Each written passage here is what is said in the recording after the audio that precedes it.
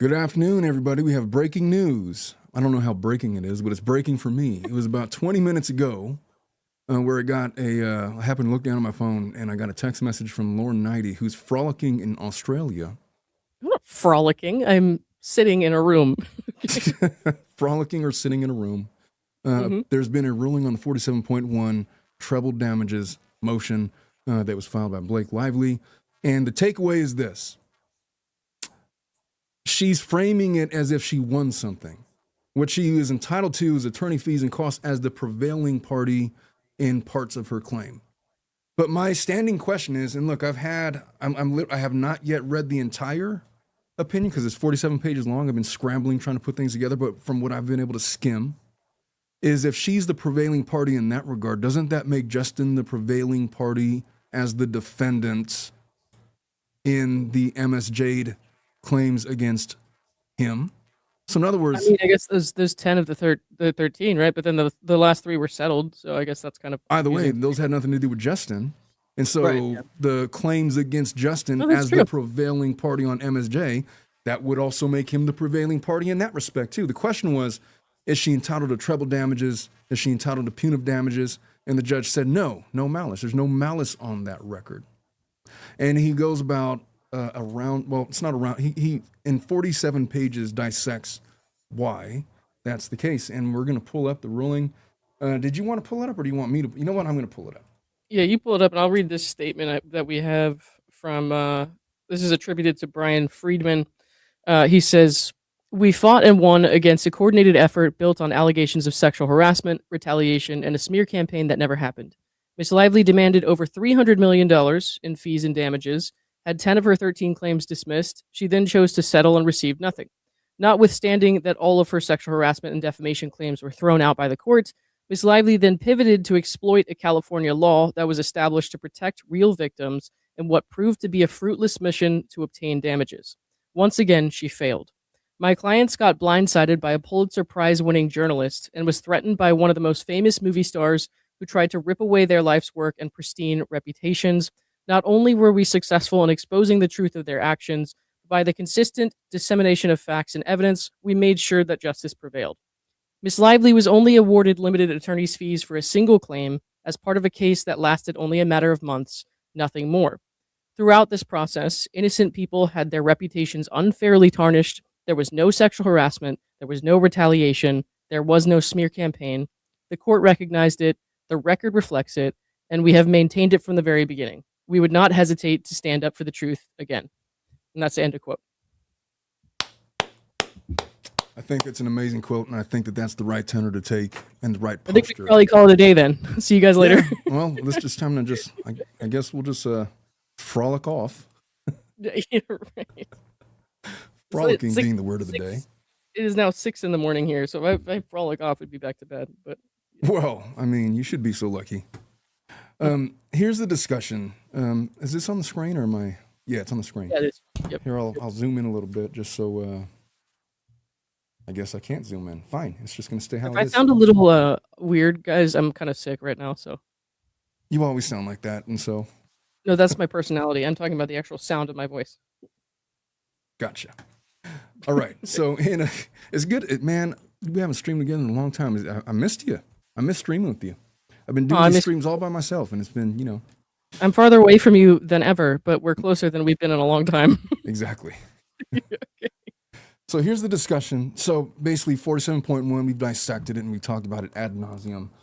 Basically, if you're the prevailing party in a sexual harassment, defamation countersuit, like she was, then you are entitled to treble damages, punitive damages, if you can prove malice. Is pretty much kind of the short Hey, answer to that. Omar, you want to pull up that comment from Jen Abel on the side there?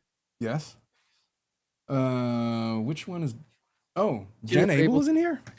I guess so. Fees only awarded for the dismissed defamation claim. Yeah, but see, my question on that is, then why wouldn't Baldoni be able to get his? Well, I guess because of settlement. I guess. Again, it's a little confusing to me because if she's the prevailing party and she's entitled to damages, if it's not under 47.1 treble damages and punitive, does this now foreclose by virtue of the settlement for receiving anything? Maybe they're answering that in this judgment. I don't know. Gotcha. We should probably read it. Here's the discussion. In moving for fees and damages under Section 47.1, Lively contends that it is hard to imagine a more straightforward application of Section 47.1, including its provision for punitive damages. The Wayfarer parties disagree. They raise a host of legal challenges to the application of the statute here. Among other things, they argue that the law has no extraterritorial application and that the facts were here lack sufficient nexus to California.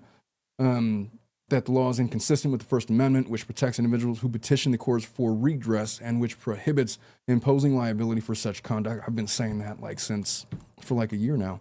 That the law is also inconsistent with 47B, which separately protects statements made in connection with judicial proceedings. That the law can have no application here, whereas here, as the defamation claim is dismissed at the pleading stage without factual findings regarding whether the defamation defendant acted with actual malice and whether their complaints had a reasonable basis at 12 to 13, 18 to 19, and that there likewise can be no treble damages or punitive damages without a showing of actual damages, finding which would be inappropriate in this procedural posture. The Wayfarer parties would suggest that it would be unwise for the court to wade into these murky waters, given that a few California courts have addressed these serious constitutional and other legal questions, or have not, did I read that correctly? Have not given that few California courts have addressed. Yeah, there's only like 2 cases on it. The Wayfarer parties state that this lack of clarity and guidance raises the preliminary question of whether this court, as a matter of first impression, should apply Section 47.1 to impose the draconian remedies of attorney's fees, treble damages, and punitive damages. The court agrees that application of Section 47.1 in this case presents a number of important legal questions of first impression. There is scant case law addressing the applicability of the statute either at the state or federal level, but that is a reason to tread cautiously, not to avoid treading at all. Indeed, this court lacks the authority to abstain from addressing issues squarely presented to it simply because those issues are difficult or novel. With limited exceptions, it is the duty of the federal courts, when acting as if they were state courts enforcing state substantive law, to decide what the state law is. Off the top of my head, it's my understanding that everybody agreed that California law controls this specific issue, which is the reason why they're here, in spite of extraterritorial concerns, why we're even addressing this in the first place. This court cannot shy away from deciding issue. Okay. In the absence of a controlling California Supreme Court decision, the court must predict how the California Supreme Court would decide the issue using intermediate appellate court decisions, statutes, and decisions from other jurisdictions as interpretive aids. To the extent necessary to resolve the pending motion, the court will do so. Lively cannot seek treble and punitive damages under 54D. And here's the meat of it. Wayfarer parties first take issue with any award of treble and punitive damages in this procedural posture. And this language is going to get really scathing coming from a judicial opinion towards Lively and her attorneys. Because they're saying, first of all, this is a bullshit way to apply the 47.1. I don't like it. It feels shitty. It looks shitty. And it's not constitutional, is my overall arching impression of what I've read so far. They argue that treble and punitive damages require a finding of actual compensatory damages and that no such damages have been found here. Lively responds that she sought a schedule for the submission of damages evidence consistent with 54D to C, which she says provides the appropriate procedure for determining any disputed factual issues relating to those damages awards. A straightforward reading of 54D, however, reveals that Lively's position must be rejected because treble damages and punitive damages are neither costs nor attorney fees under 54D. Lively cannot seek them pursuant to the procedures outlined in that provision. And the footnote says that Lively's counsel suggested at oral argument, of which you were there, that the Wayfarer parties waived any arguments regarding propriety of seeking damages through Rule 54D. I remember Mike saying that, yeah. Yeah, and the court disagrees. Although the Wayfarer parties did not expressly challenge the applicability of 54D to a claim for damages in their memorandum of law, they did challenge the award of damages in this procedural posture And the procedure Lively now invokes comes from 54D. Furthermore, Lively had the opportunity to address this issue in her supplemental letter brief and at oral argument, opportunity of which she availed herself. It is well settled that courts have the discretion to consider arguments raised at oral arguments, especially where, as here, it is in the nature of clarifying or making explicit what was set forth in the party's brief rather than an entirely new argument. And he cites case law. Thus, even if the Wayfarer parties had conceded that damages were available under 54D, that could not constrain the court's independent interpretation of the rule's plain language. In other words, the court has a mind of its own and the ability to interpret the law of its own, and it would have done so in this instance. It is essential that we recognize, end of the footnote. Courts must interpret the federal rules the same way they interpret federal laws, more generally by giving them their plain meaning. Can you explain that to me? What does that mean? Just means we're not reading poetry here. Okay. There's no we're not going to accept a symbolic interpretation of words or some flowery interpretation that you want to impose upon the court. We're going to, like Justice Scalia said, we're going to take the plain meaning of the words to interpret the laws. Okay. And if it says that the color is black, then I have to accept that it's black. You cannot argue to me that it says black, but it really means gray. Like hell it does. Plain meaning of the word. This is what we're going with. Where the rule's terms are clear, our inquiry is at an end. And where they are not otherwise defined, individual words in a rule carry their ordinary, contemporary, common meaning. It is axiomatic that statutes must be read as a whole. And he's just going into how the judge is supposed to interpret case law. Mm-hmm. Nothing exciting here. It is essential that we recognize that the rules are intended to embody. Okay. Rule 54D is titled Costs and Attorney Fees. And it discusses certain procedures for the award of those two categories of expenses. 54D, it does not mention damages, compensatory, treble, punitive, or otherwise. The Supreme Court has explained that the term costs, as used in 54D, is defined by 28 U.S.C. 1920. That's a federal statute which outlines 6 categories. Fees of the clerk and marshal, fees for printed or electronically recorded transcripts, fees and disbursements for printing and witnesses, fees for exemplification, and the cost of making, basically your costs of litigating, docket fees, compensation of court-appointed experts, et cetera, et cetera. Treble and punitive damages plainly do not fall into any of those 6 buckets, and Lively does not argue that they do. Equally clear is that treble and punitive damages also cannot fairly be described as attorney fees under any ordinary meaning of that term.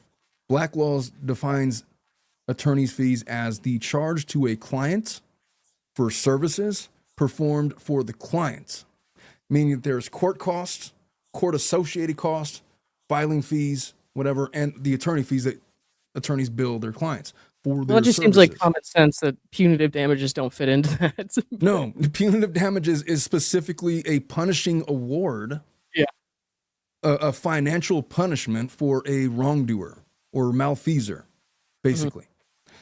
Mm-hmm. Section 47.1 specifically distinguishes attorney fees and costs from treble and punitive damages, indicating that the latter are intended to punish defamation plaintiffs and to compensate prevailing defendants for financial and emotional harms extended beyond the expenses associated with their legal defense.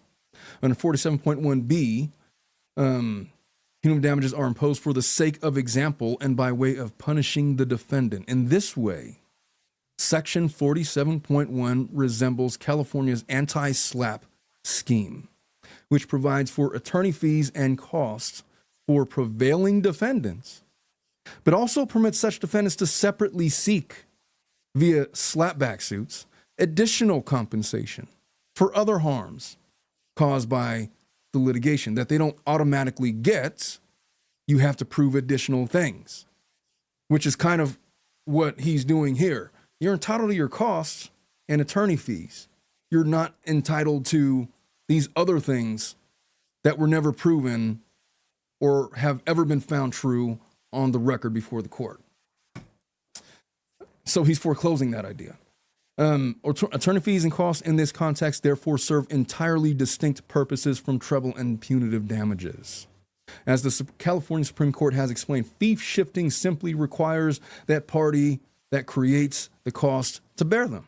It does not make a party liable for filing a lawsuit.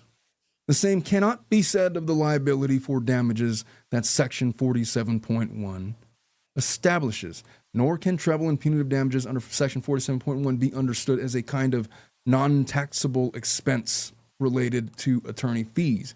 Courts have held that such non-taxable expenses include costs such as messenger services, photocopying, legal research, etc. That is, the expenses must bear some connection to the provision of legal representation.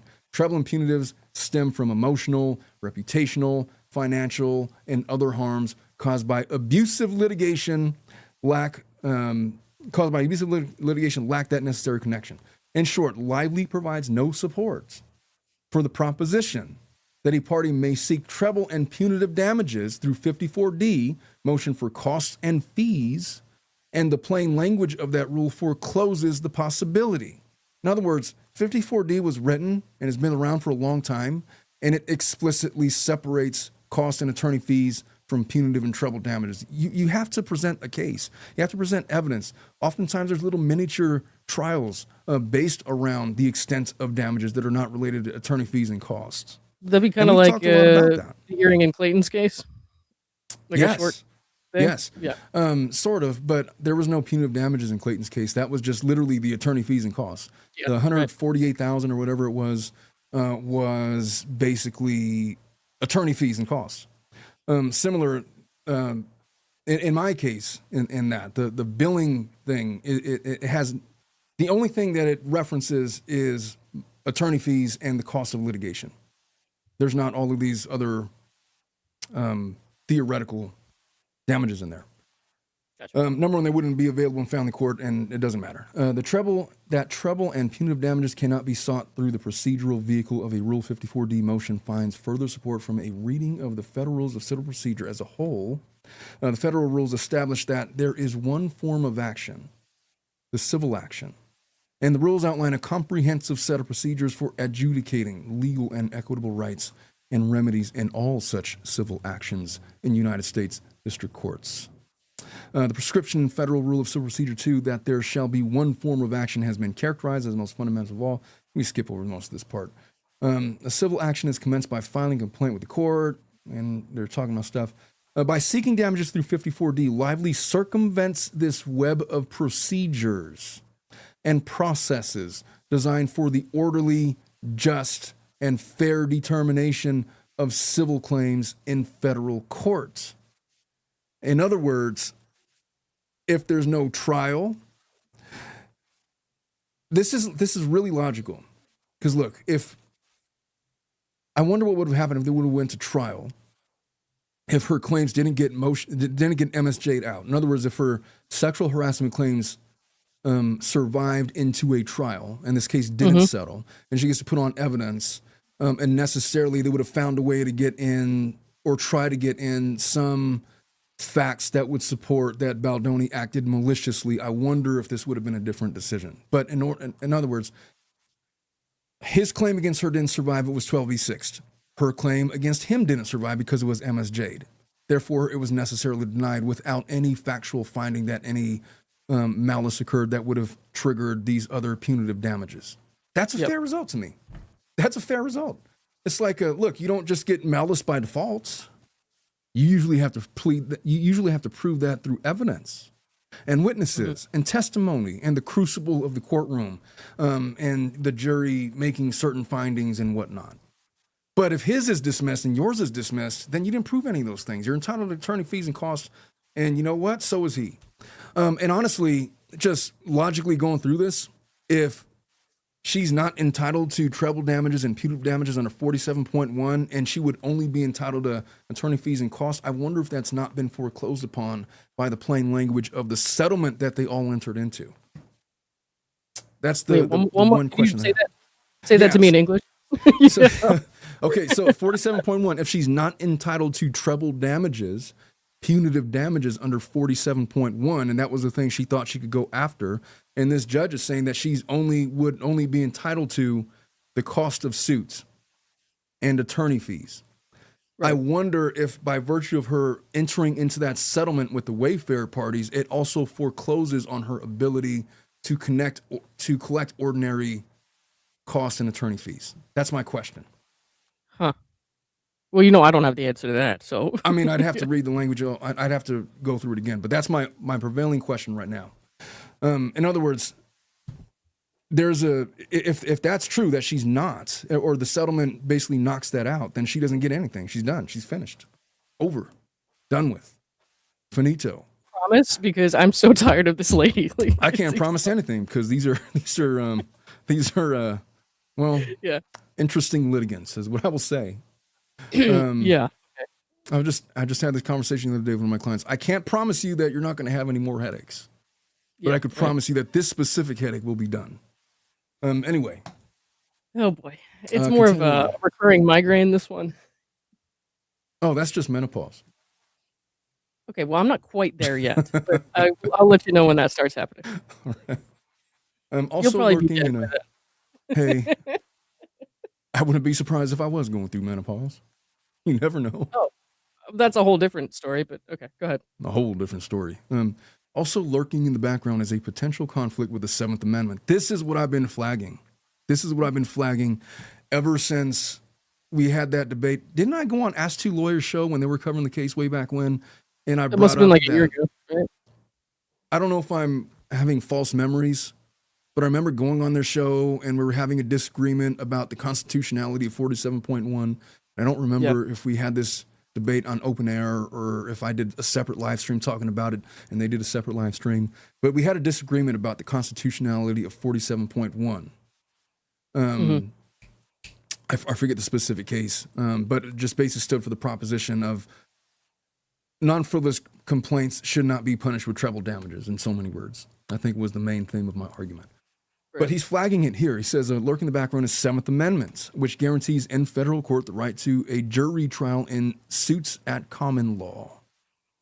To the extent a claim for damages under Section 47.1 resembles a kind of abuse of power or abuse of process or malicious prosecution claim, courts have held that an action for malicious prosecution falls well within the recognized forms of action at common law. Never mind, this is not the same argument that I was making way back when. Okay. This is something that I've not contemplated. I remember him bringing up this Seventh Amendment issue with the jury trial a lot in the hearing and bringing up hypotheticals about that. And her side was essentially, saying that it would be constitutional for the judge to rule himself, I guess, from like the bench after a hearing.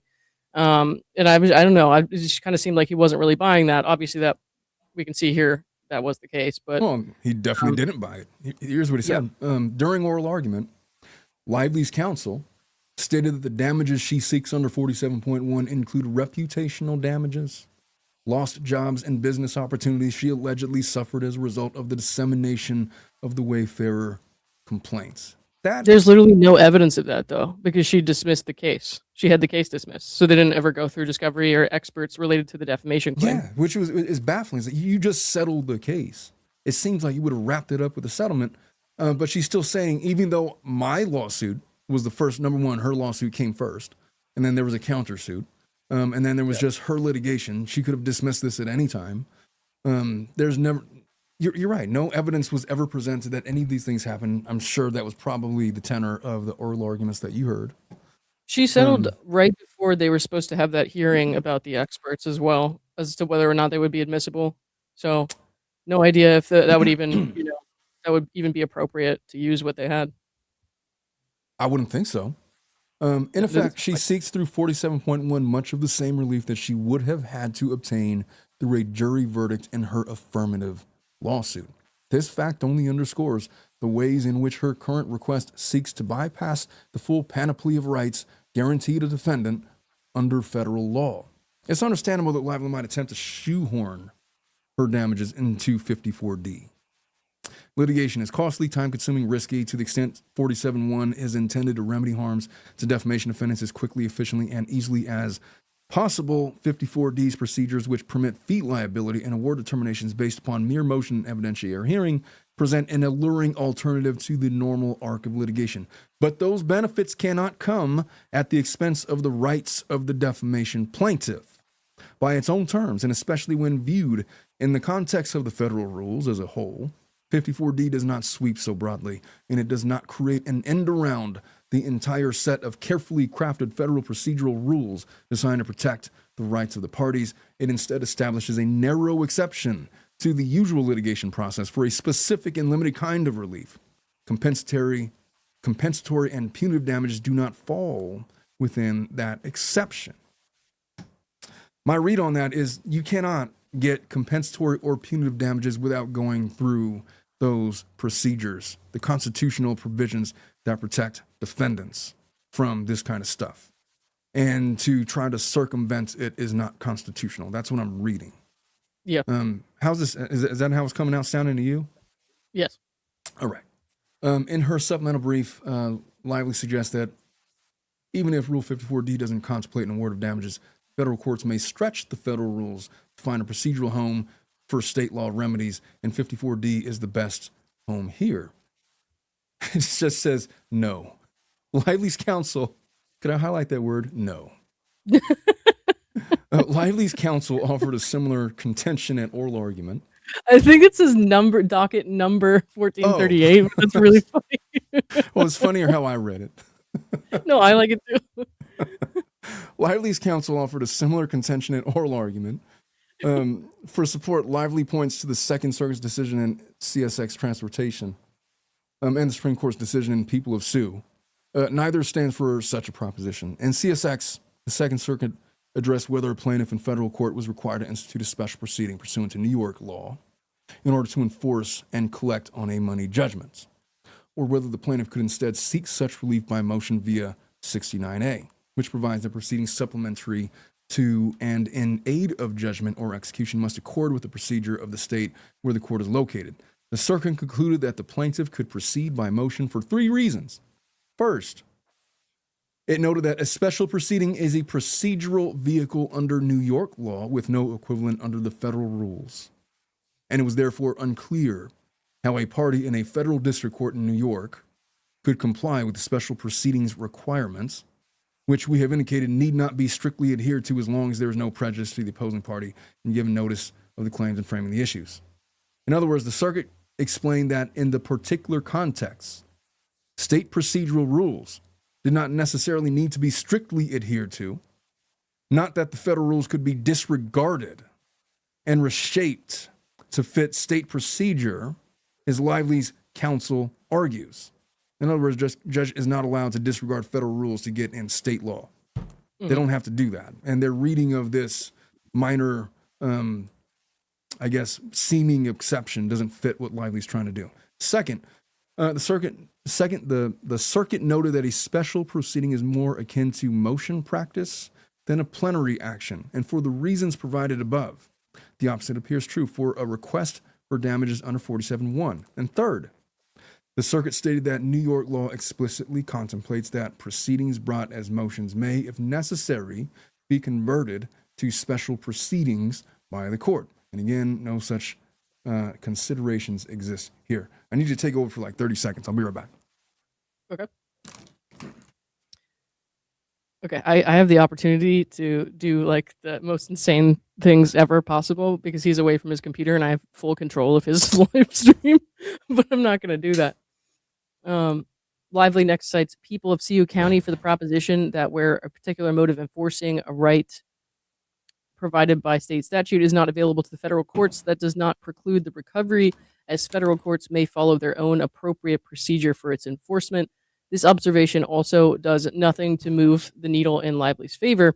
As the court has explained, Section 47(1) does not appear to specify a particular mode of enforcing the privilege it establishes. Section 47(1) instead appears intentionally agnostic as to issues of procedure. And the plain language of the Federal Rules of Civil Procedure underscored that seeking damages under 54D is not an appropriate procedure. Yeah.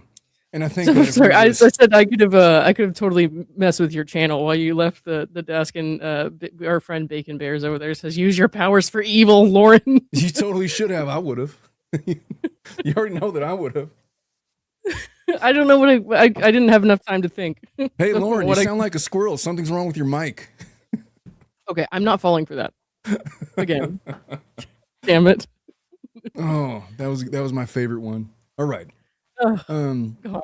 Look, taking it's a lot of technical reading here, but the bottom line is 54D is not the appropriate. 47.1 is not like 54D. 47.1 appears to be the way that Liman is interpreting it. It appears to be the treble damages and the punitive damages that she wants.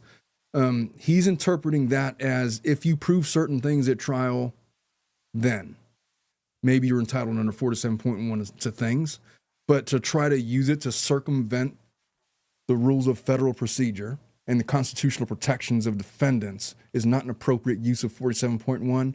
And I couldn't imagine it was designed or written that way. And so he's basically calling it out like this is he hasn't yet said it's malicious prosecution. He dropped that word in there, but he's basically saying you're trying to circumvent constitutional law to upend your purposes or to advance your purposes. And that's bullshit. We're not doing that today. Here's this footnote. It is possible that 47.1 is most naturally enforced through a counterclaim filed by the defamation defendant. In that fashion, both plaintiff and defendant would be entitled to the discovery tools of federal rules of civil procedure and a jury trial on the question of whether the defendant, if she prevails in defending against the defamation claim, is entitled to damages under 47.1. Perhaps with the quantum of damages determined in a bifurcated proceeding, akin to that which the courts frequently employ with respect to punitive damages. In other words, you got to prove damages on the merits, man.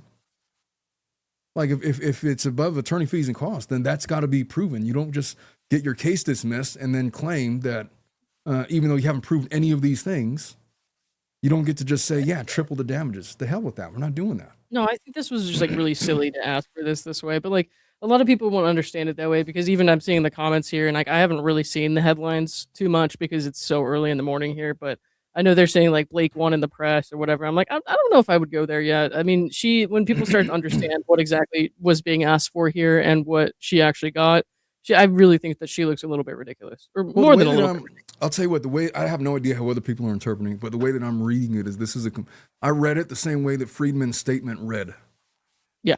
Right. This is a 100% win for the Wayfarer parties and Justin Baldoni, and it is a loss to Lively. And I'm still not even sure that she's actually entitled to attorney fees and costs. Were those foreclosed upon when she signed that settlement agreement? So, okay, I have an answer to that question. It's like the 47.1 was carved out of the settlement, and so they agreed to honor however the judge ruled on this. So, Okay. they still owe her the limited legal fees on this one claim as part of the dismissed lawsuit. I see. So then, of course, they're going to frame that as a victory. Right, exactly. So that's how it's kind of spinning out right now, I think. But I have so much fatigue from like bad headlines that I'm just like I don't even fucking care at the moment. I'm just kind of like just give me a minute to be annoyed with that. It's gonna take a minute to kick in because I'm kind of like, oh, here they go again. Like here's That's these fine. people trying to, because they get more people in their comment sections if they say something that is technically true but slightly wrong than they do if they report on it exactly how it happened. I just read They're it as gonna get loss because of the 47.1 path that we were headed down. And also, I don't really pay attention to other people's headlines. I pay attention to yours and I pay attention to mine. And mine was Lively lost. But then I didn't, I was looking at it from the 47.1 perspective. We had, what's her name, the author of the model language at 47.1 saying, I never intended it for this to be used for Blake Lively to do this bullshit. It's basically what came out and said, I don't want my statute, I don't want my law being used this way. That's not the way that I intended it. I was a legitimate victim of things, and there's other people that are legitimate victims. I don't want her celebrity curse to curtail the good work that I've done. Was her prevailing thing. I guess they're saying basically these big headlines, right? People have been estimating the costs of Blake Lively's legal fees throughout all of this, and these headlines are technically true because they're saying the judge just ordered them to pay her attorney's fees, but it's not the whole truth because they don't say that it's just for this one claim. So now it sounds like those big, huge tens of millions of dollars figures that people have been estimating all this time is now what they've been ordered to pay, and that's not true. No, well, if it's truly limited to these claims, then it is limited to that one claim. Yeah, it's not going to be quite so robust, right? Although not even close because they were estimating for Blake's lawsuit that she settled. So they're trying to blow this huge figure, like, as Yeah. if that's the thing they're ordered to pay, and that's not true at all. No, I mean, the 47.1 issue, I guess, wouldn't that be limited to the singular cause of action that employed it? Yes. So then, therefore, It's just dishonest framing is all it yeah. is. I mean, we see that a lot, so. So here's what the judge says. Lively's motion for attorney fees and costs under 47.1 stands on much firmer ground. For starters, this aspect of her motion does not suffer from the same categorical mismatch with 54D that her request for damages does. 54D is designed to precisely address requests for attorney fees. Wayfarer parties raise a host of other threshold issues with respect to Lively's request for attorney fees and costs, but as the court details below, none poses a bar to recovery. As for the merits, the court concludes that on this record, the Wayfarer parties have failed to carry their burden of demonstrating that the Section 47.1 privilege does not apply, and Lively is therefore entitled to fees and costs. This is a fascinating interpretation of 47.1. I think both parties were hoping for all or nothing, and Lively's relying on 54D to say, nah, that's not all or nothing. We gotta piecemeal this out. Does a 47.1 privilege exist on the facts? Yeah, it does. But does it exist to punish him with treble damages and punitive damages? Well, you haven't proven that. But 47.1, there was 47.1 protected privilege conduct, and that was the filing of her sexual harassment lawsuit. Those specific causes of action, that is privileged. That privilege does apply. At any rate, at the outside, there is no reason why 47.1 could not at least theoretically provide the basis for a fee request under the Federal Rules of Civil Procedure. Rule 54D sets the procedure for filing a motion for fees rather than the substantive standard for entitlement to such fees, whereas here a federal court sits in diversity or decides a claim of state law based on the exercise of supplemental jurisdiction. You know what diversity means, right? Diversity? Yeah, it just means that they're employing federal and state law at the same time. Okay, yeah. Yeah, state law provides the substantive standard for determining an entitlement to fees. State law creates the substantive right to attorney fees. Accordingly, there is nothing either unusual or improper about seeking fees under California law through the vehicle of a Rule 54D motion. In fact, federal rules require as much in certain circumstances. 54D2A, a claim for attorney fees and related non-taxable expenses must be made by motion unless the substantive law requires those fees to be proven at trial. To be sure, 47.1 is no ordinary fee-shifting statute. Central to the federal rules treatment of attorney fees is an assumption that a court's decision of entitlement of fees will typically require an inquiry separate from the decision on the merits, an inquiry regarding what is due because of the judgment, rather than an inquiry regarding what the judgment should be, and the award of attorney fees is therefore uniquely separable from the cause of action to be proved at trial. Because such awards generally are not part of the merits of the action to which the fees pertain, final judgment may be entered and an appeal may be taken even when the fee requests remain outstanding. Hey, In other words, yeah. before I forget, is she gonna have to do like an itemized thing for costs? Is she gonna have to submit something like that to the court? If she hasn't already, then yeah. She has not. So she's gonna have to show basically what she's asking for in terms of the attorney's fees. What are your attorney fees? After every civil case, there's you gotta tell me what the attorney fees are. What were they? Okay, so this is this headline tour that they're going on right now. This is going to be short lived, and this is short sighted because she's going to have to eventually explain why she's only getting like 6 figures. Then when she made it sound like she was getting $30 million or something. I wouldn't put it past the Lively attorneys to like take whatever that figure is and try to multiply it by 10, stating that all of this other work on these other causes of action were related to the 47.1 charge. I mean, you can only do that. Compound them. You can only do that for things related to the defamation claim that was dismissed last June, though. Like, how much can you really inflate that? And then also, it's going to make them look stupid when that gets denied. But my guess is going to be like because of this 47.1 and the elements that were involved, we had to go out and these are all of the things that we did to prove those elements, and they could have been legitimately related to other causes of action to prove those elements. But I would imagine that they're going to try to inflate it as much as they can. I don't know. Oh, I'm Or they might do the right thing. Who knows? Who knows? sure. I have And no you know idea how what their fees are going to look like. obnoxious that is? Like, this is finally the judge finally ruled on this, and now I'm thinking, oh, good, we have another little thing that they get to play with, and I'm just like, I'm so tired. No, we'll see how they do. We'll see what they do about Yeah. this. I have a lot of questions and running through my mind that are not developed. Imagine being like the press people on this and just having to deal with this day in and day out. Like, See, I mean, my initial every thought on single this day is, that she tries to spend something. yeah. I mean, here's my thought though. It's like if, by virtue of the settlement, Baldoni has foregone attorney fees and costs, but he's also the prevailing party on her sexual harassment claims. He should also be entitled, if she's going to collect attorney fees and costs, then he should be able to also apply for attorney fees and costs. I wonder if that's still a thing. I think that he could that explore. she carved this out of the settlement. She carved this out of the settlement, and he didn't. Is the thing. But like, what if? Well, they already said they're going to honor whatever the judge says. I just wonder if there's a way around it, because the lively attorneys would find a way around it, I don't know, man. or No they would idea. try.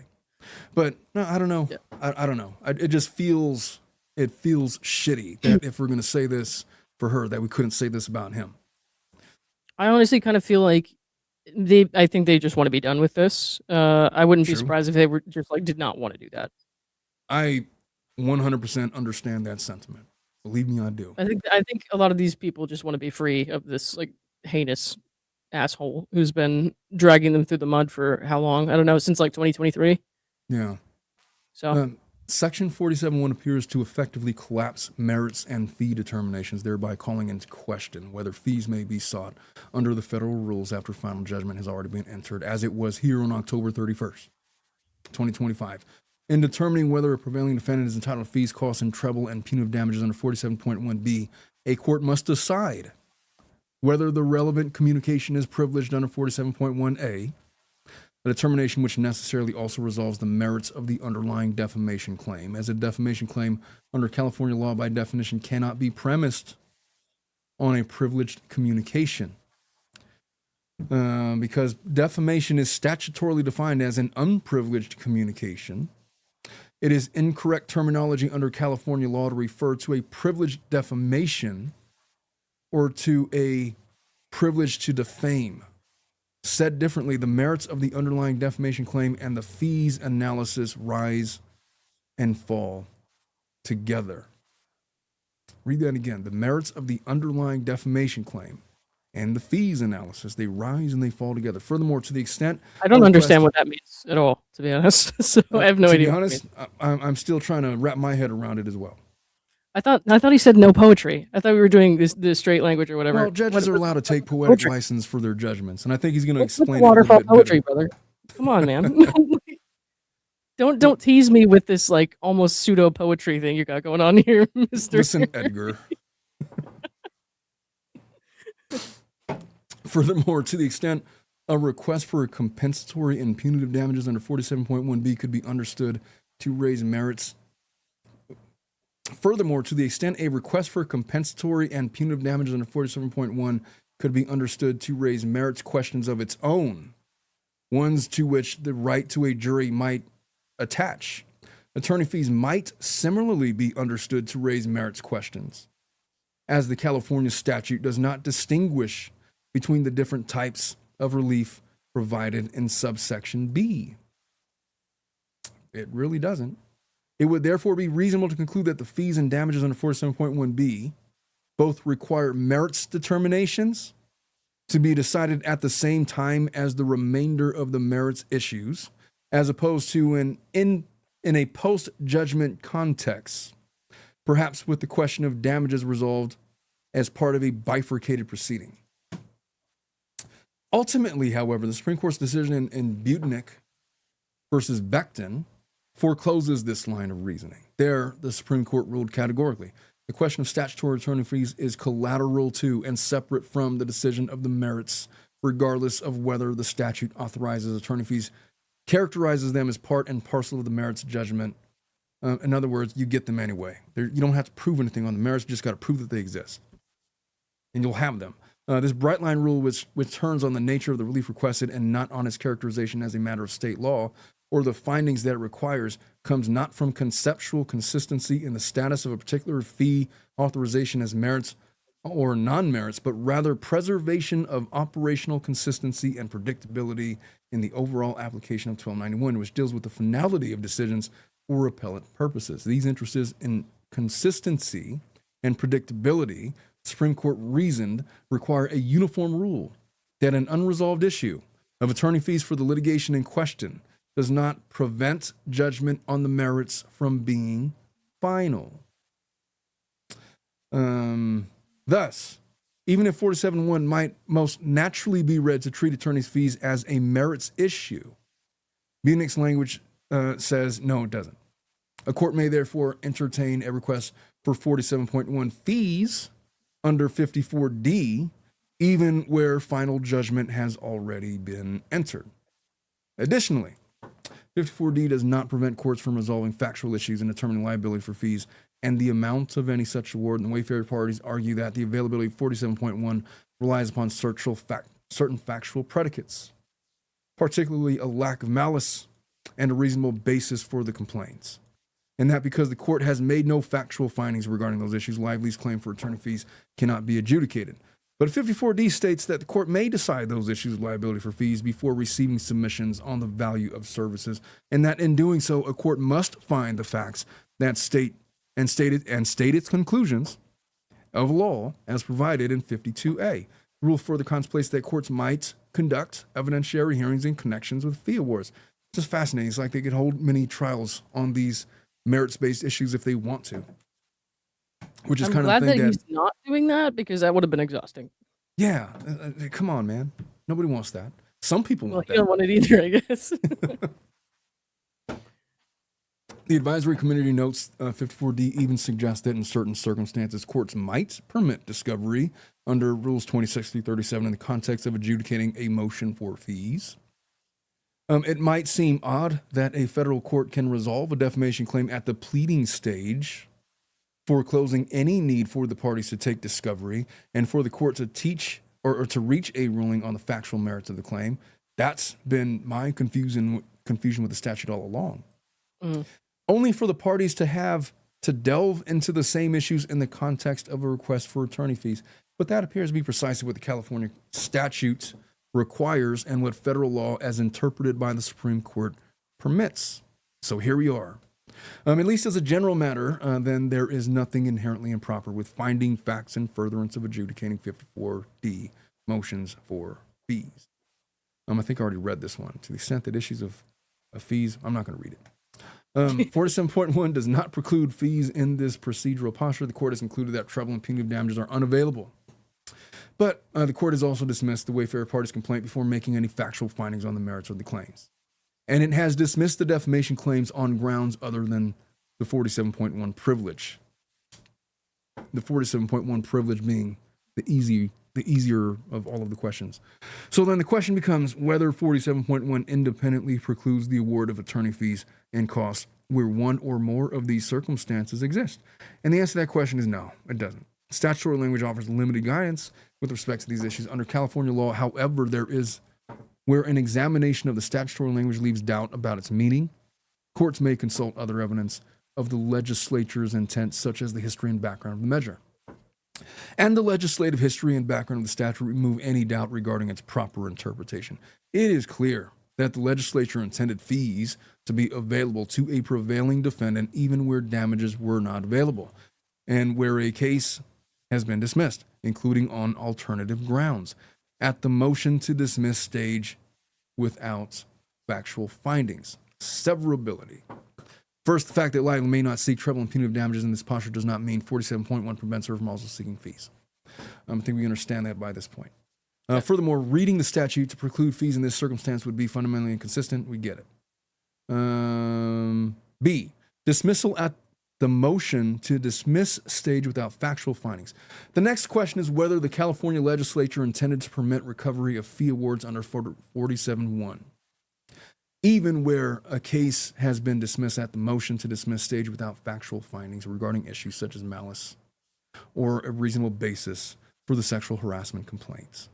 I think a lot of, from what I skimmed earlier, a lot of what he gets into in the next like several sections is like, or maybe not this one, but the next several. It starts talking about the pleading deficiency again, how they didn't like adequately plead malice, or if somebody Yeah. adequately pled malice, and I think that's where it kind of hurt them, where they had those pleading issues.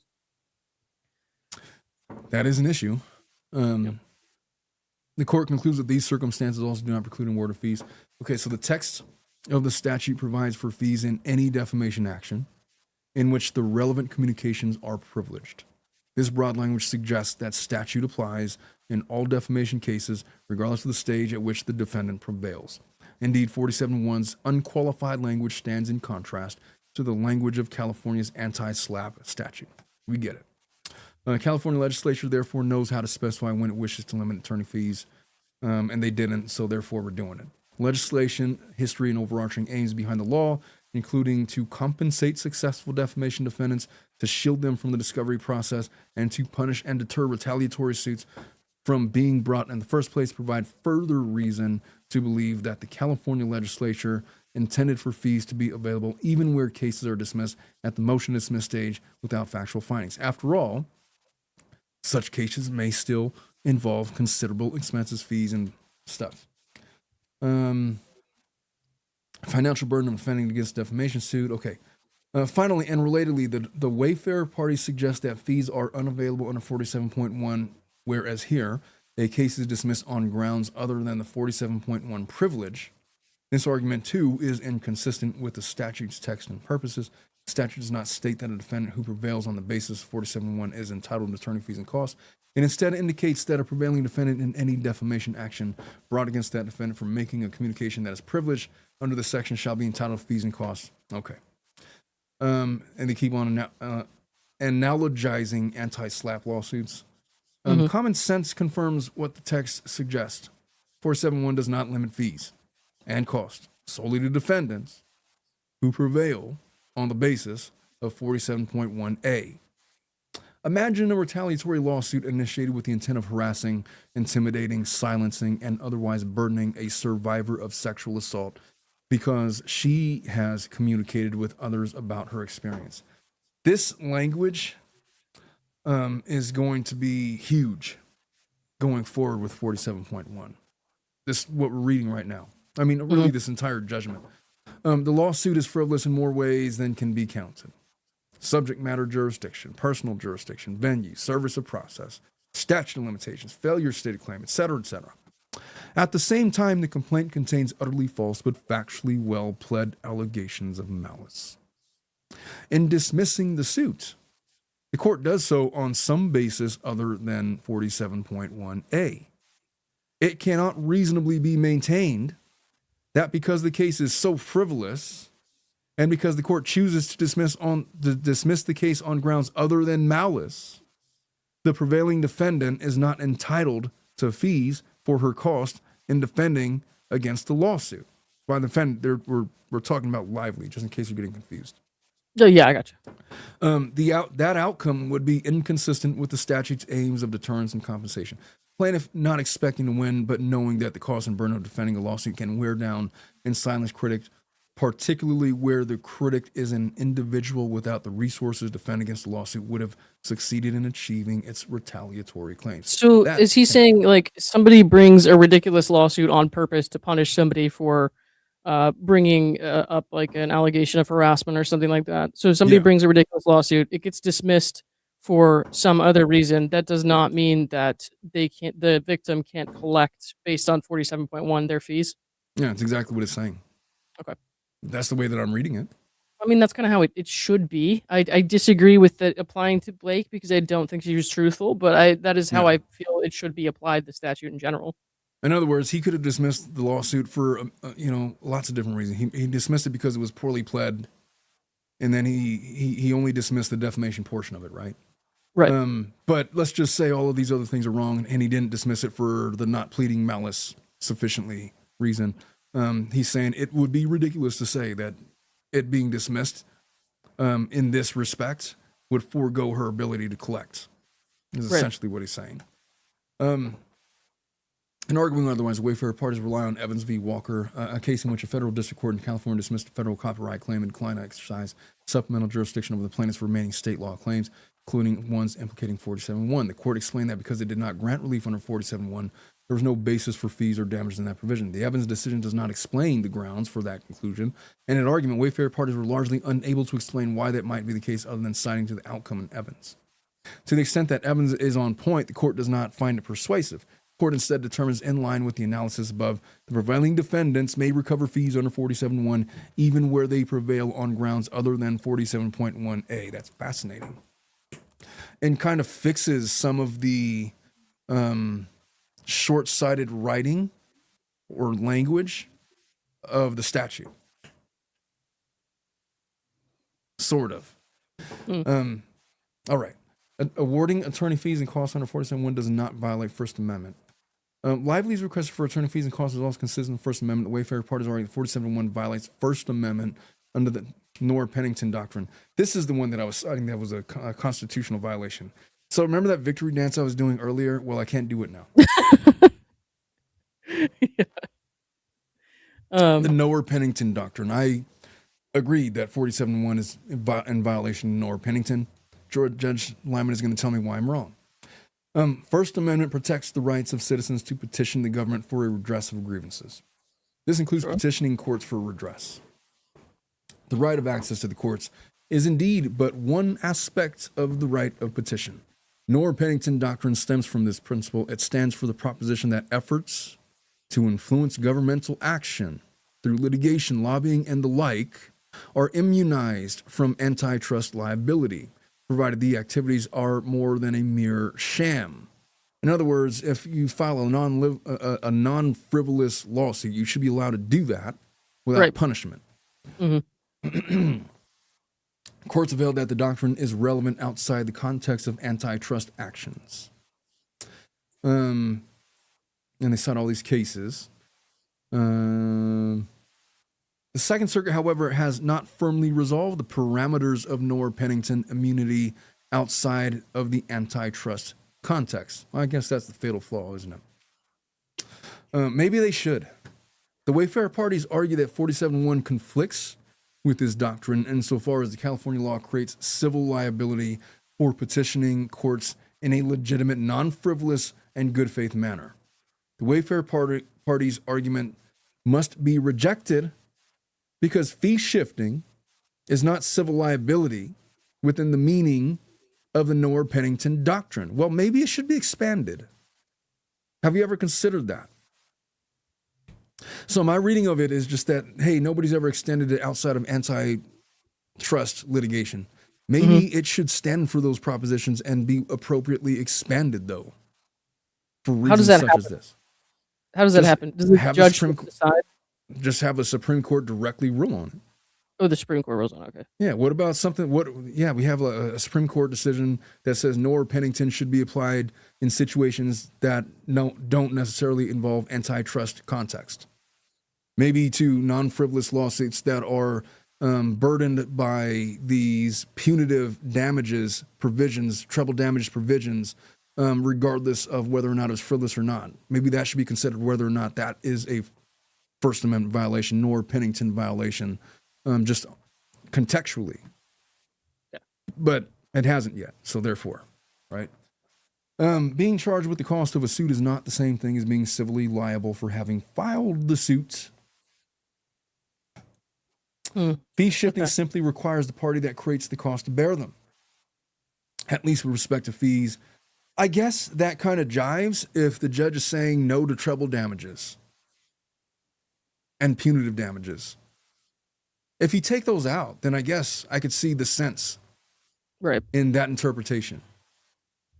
Because literally my reading of 47.1, especially like a year ago, was like, wait a minute, so he loses and then automatic treble damages? That's bullshit.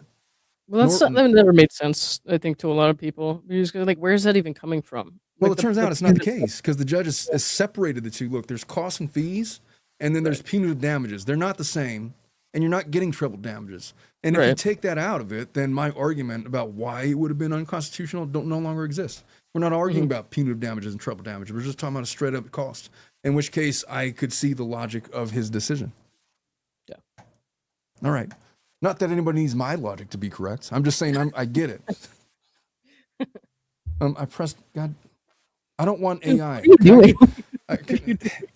They keep forcing AI on my PDFs, and could you leave me alone with that?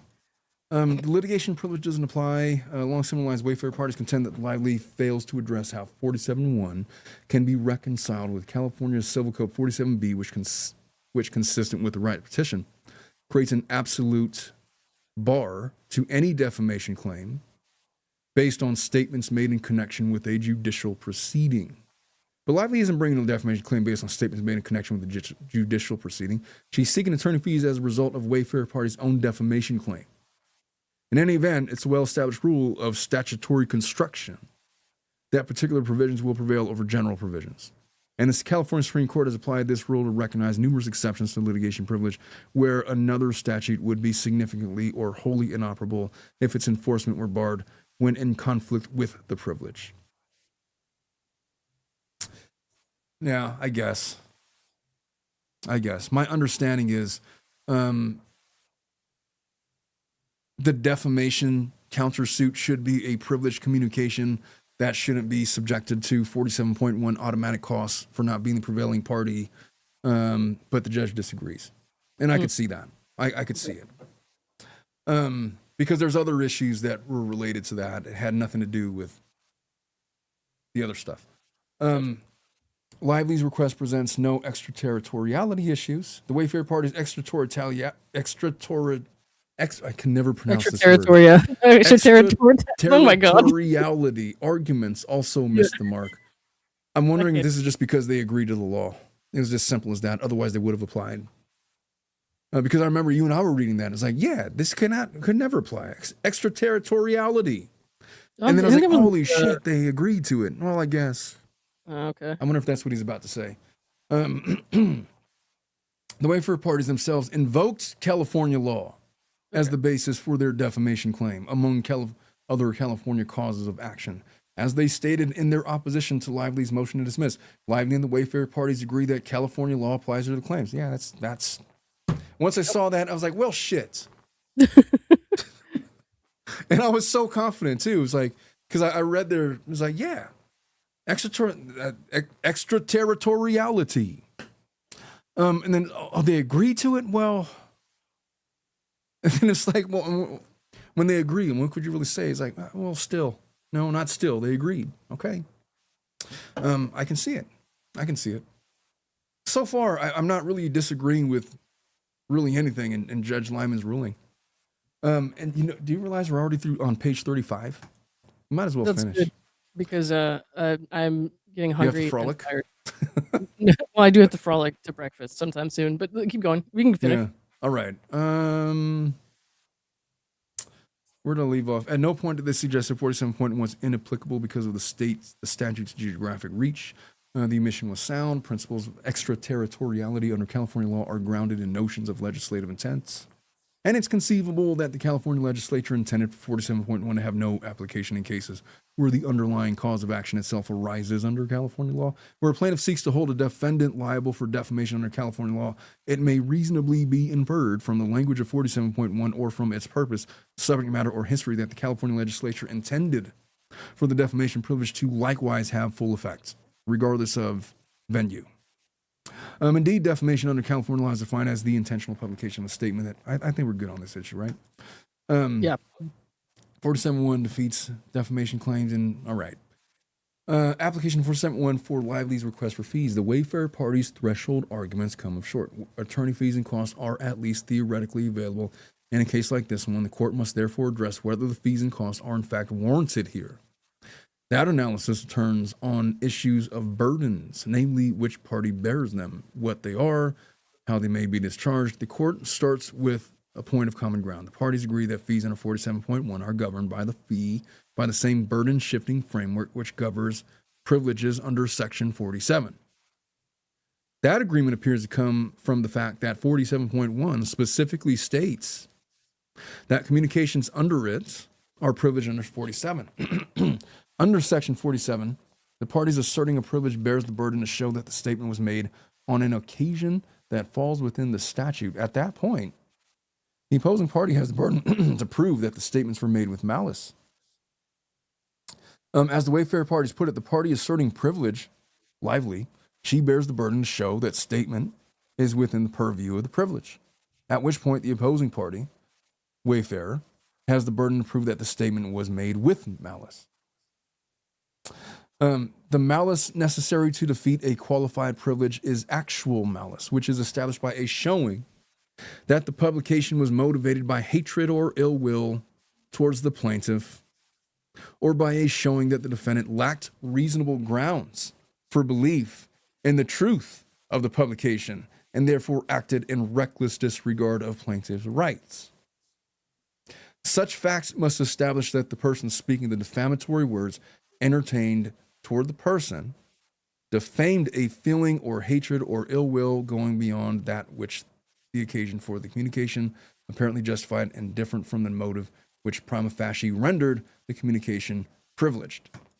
The burden shifting framework applies throughout the life cycle of a defamation case. For example, at the motion to dismiss stage where the privilege appears from the face of the complaints, that pleading must allege malice in fact in order to state a cause of action. Where the complaint discloses a case of qualified privilege, such as where the statement was made upon a privileged occasion, no malice is presumed. And in order to state a cause of action, the pleading must contain affirmative allegations of malice in fact. At summary judgment, the plaintiff must present sufficient evidence to create a triable issue of fact regarding malice. And at trial, the plaintiff must establish by preponderance of the evidence that the defendant acted with malice. The lesson from these cases is that once a defamation defendant establishes that the communication is the kind generally protected by a qualified privilege, the plaintiff's burden of establishing actual malice kicks in. And the way that burden must be discharged depends on the pleading and evidentiary standards applicable to that stage of the case. The communications here were made on a privileged occasion. So we got that. Lively bears the initial burden of demonstrating the relevant communications were made on an occasion that fall within the statute. Privileged occasion under 47.1 is one in which an individual makes communication regarding an incident involving sexual harassment. So she basically just she made a complaint on, like, it was a protected activity or whatever. That's So the the complaint of the harassment, they Wayfarer's don't not even dispute disputing that. it.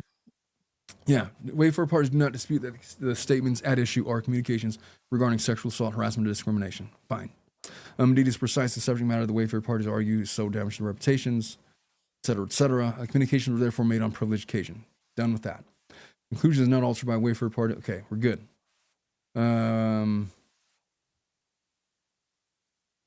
He's really detailed with that. The Wayfarer parties have failed to carry their burden of establishing malice. Lively has established that the communication at issue here was made on privileged occasion. The burden accordingly shifts to the Wayfarer parties to demonstrate that the statements were made with malice. And there are two potential ways in which the Wayfarer parties might satisfy this burden. The first is by adequately pleading malice. That's where they had an issue, which they didn't do. The second is by coming forward with adequate evidence to establish malice. Which, I mean, they couldn't at have. A trial. Wouldn't they have had to have gone through discovery and all that to do that, though? Well, they did go through discovery, and then this case got dismissed before they went through discovery in the plaintiff's case, right? Oh, it did? Yeah, so this was dismissed last June, and then discovery was like, they hadn't done much at all on discovery. Oh, well. In Lively's case. I think this would still necessarily been able to conduct discovery on the other, well, maybe.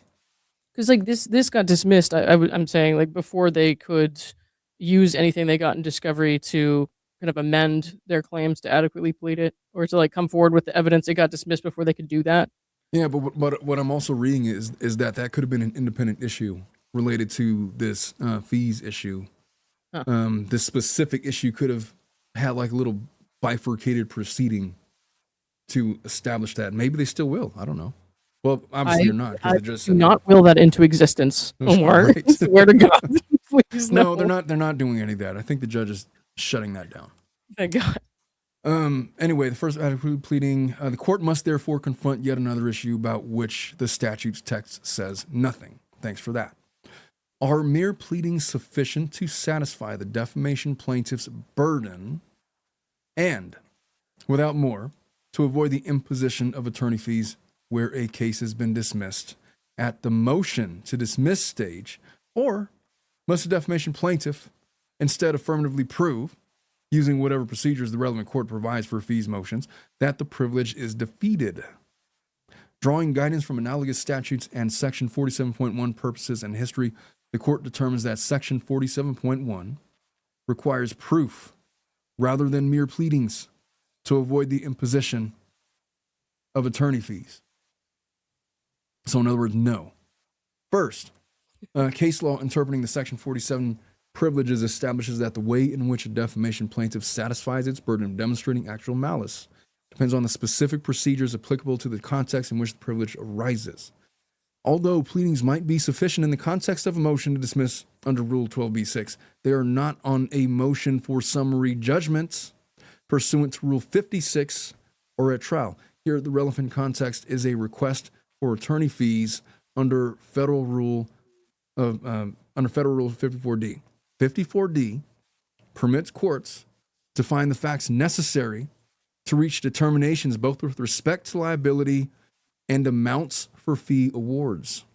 Because fact-finding is available under 54D, it would appear that facts, not just allegations, are required under 47.1.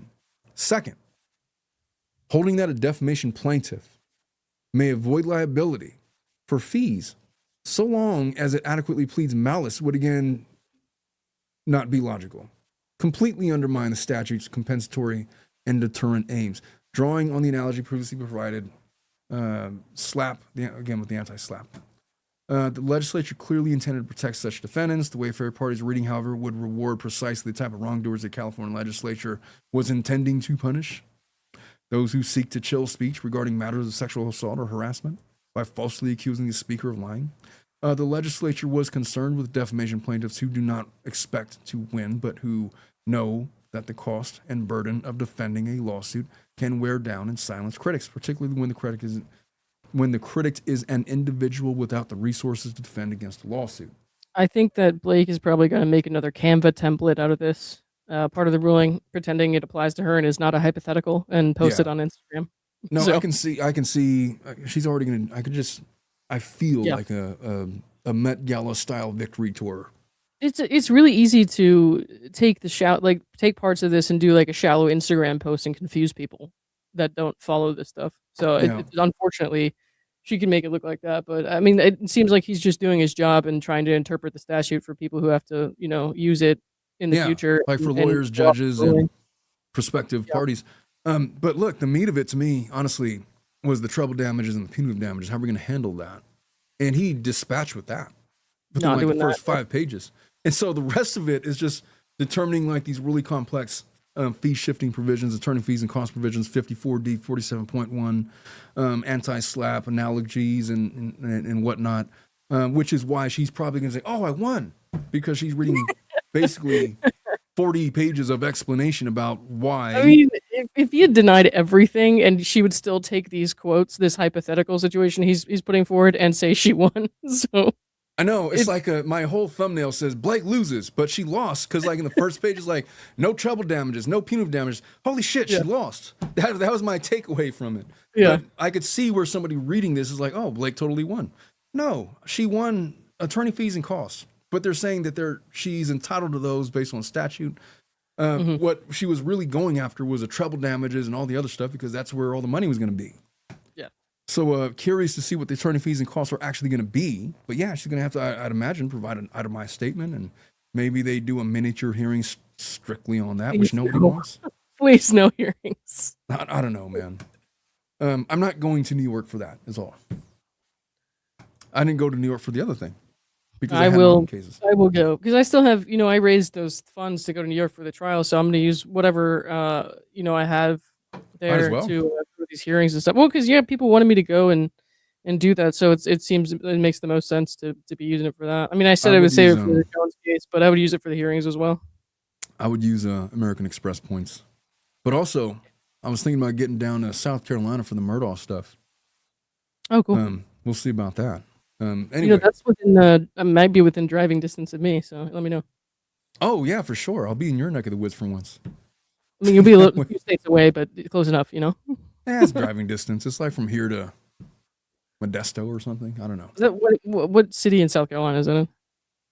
I have no idea. I'm going off of Cassidy, what she told me about it, but it's on the coast somewhere, and depending on where in Florida you're at, on like the I'm in the northeast part. are you on the appendage portion or like the? I'm really close to Georgia. Let's put it that way. Gotcha. The appendage portion. Framed differently, it is clear that if a complaint adequately pleased, okay, we kind of got this point of it. Once these background legal principles are established, the result here is straightforward. It appears the Wayfarer party's complaint adequately alleges malice. Accepting the complaint's allegation is true, as the court must in assessing the adequacy of the pleadings. There is enough to suggest that Lively's communications were motivated by hatred or ill will towards the Wayfarer parties. The Wayfarer party's complaint does not simply allege in conclusory terms that Lively's assertion of harassment were false. To be sure, it does do that. But it also specifically disputes numerous factual assertions made by Lively in her CRD complaints. It would be inaccurate to describe the Wayfarer party's complaint as only fly-specking Lively's allegations by describing the exact same factual conduct through their own points of view. I'm going to steal that. Fly-specking? That's going to find its way into one of my motions. Let's not be fly-speckers, all right? Let's stop fly-specking the thing. Why don't we just, I like that. I'm using it.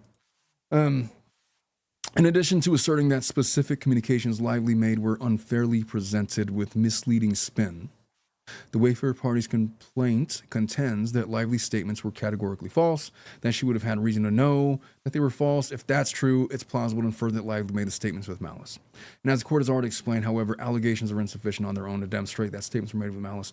That determination requires some evidence, and the Wayfarer parties have provided little evidence in connection with that motion, and none establishing that Lively acted with malice.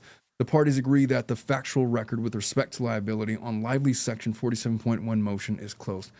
I would have been fascinated to be a fly on the wall in settlement talks where they were insisting on keeping 47.1 open. Yeah. And just, I wonder if Friedman was like, you know what? I don't give a shit. Go for the 47.1 stuff. I don't even care. The hell with you. They probably had a pretty strong feeling that she was not going to get punitive damages and shit like that. So. Well, that's what it signals to me. I mean, like that is a bold and to be fair, if that was a reason, I mean they're right because she didn't get treble damages or punitive damages. But I also think that they probably thought she wasn't going to get attorney fees and cost either. But that's a harder argument to make.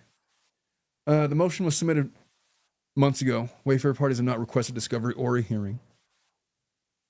Can they request one now? The Wayfarer parties have offered only 3 exhibits in connection with the motion. I don't think they can. The first is the deposition of Vivian Baker. And the cited testimony indicates merely that the incidents about which Lively complained occurred during the first phase of filming.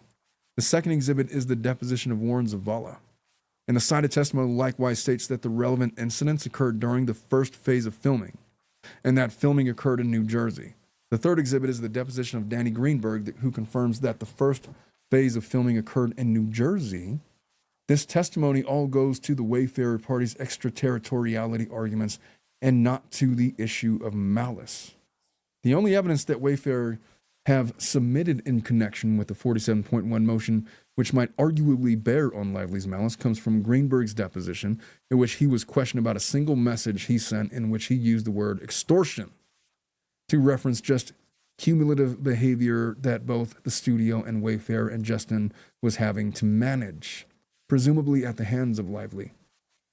This evidence falls far short of satisfying the Wayfarer party's burden. The testimony excerpts make only vague reference to behavior issues without specifying what exactly those issues were on the background surrounding them. There is no indication that Greenberg, who was Baldoni's talent agent at the time, who was proposing language for Baldoni to use in a letter to Sony Pictures Entertainment, was referring to Lively's complaints of sexual harassment as opposed to something else.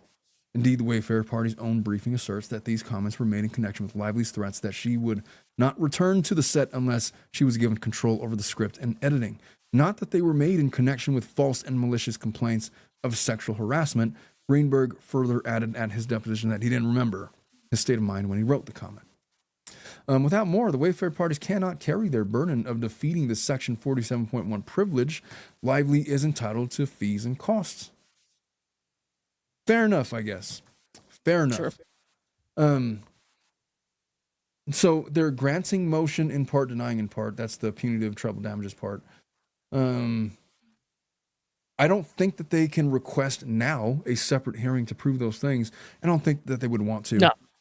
No, I don't think they can. Yeah.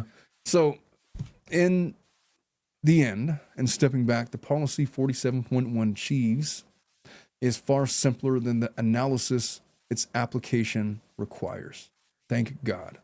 He's about to bring it home. He's about to land the plane. The statute ensures that if a plaintiff invokes California law to bring a defamation claim against a defendant for making statements regarding sexual assaults, harassment, or discrimination, and the defendant succeeds in dismissing the claim, the plaintiff must pay the defendant's legal fees and costs unless it turns out that the statements were made with malice. And Wayfarer parties weren't able to prove that based on what was submitted in their motion. Lively made statements that come within the purview of 47.1, therefore privileged. She prevailed on her defense, and on this record, there is no evidence of malice. Accordingly, she's entitled to attorney fees under Section 47.1.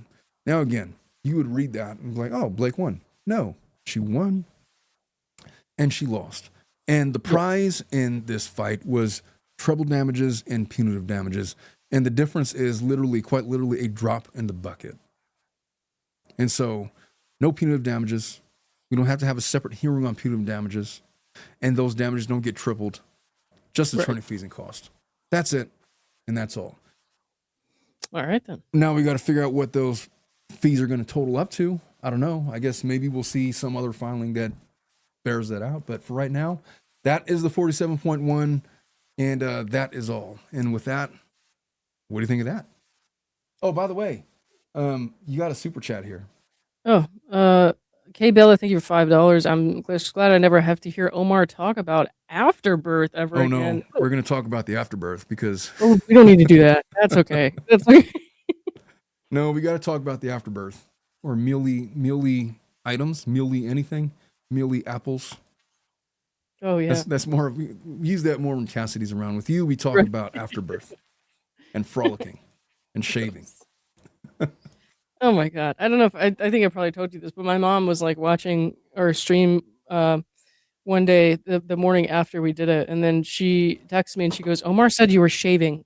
And I was like, "No, no."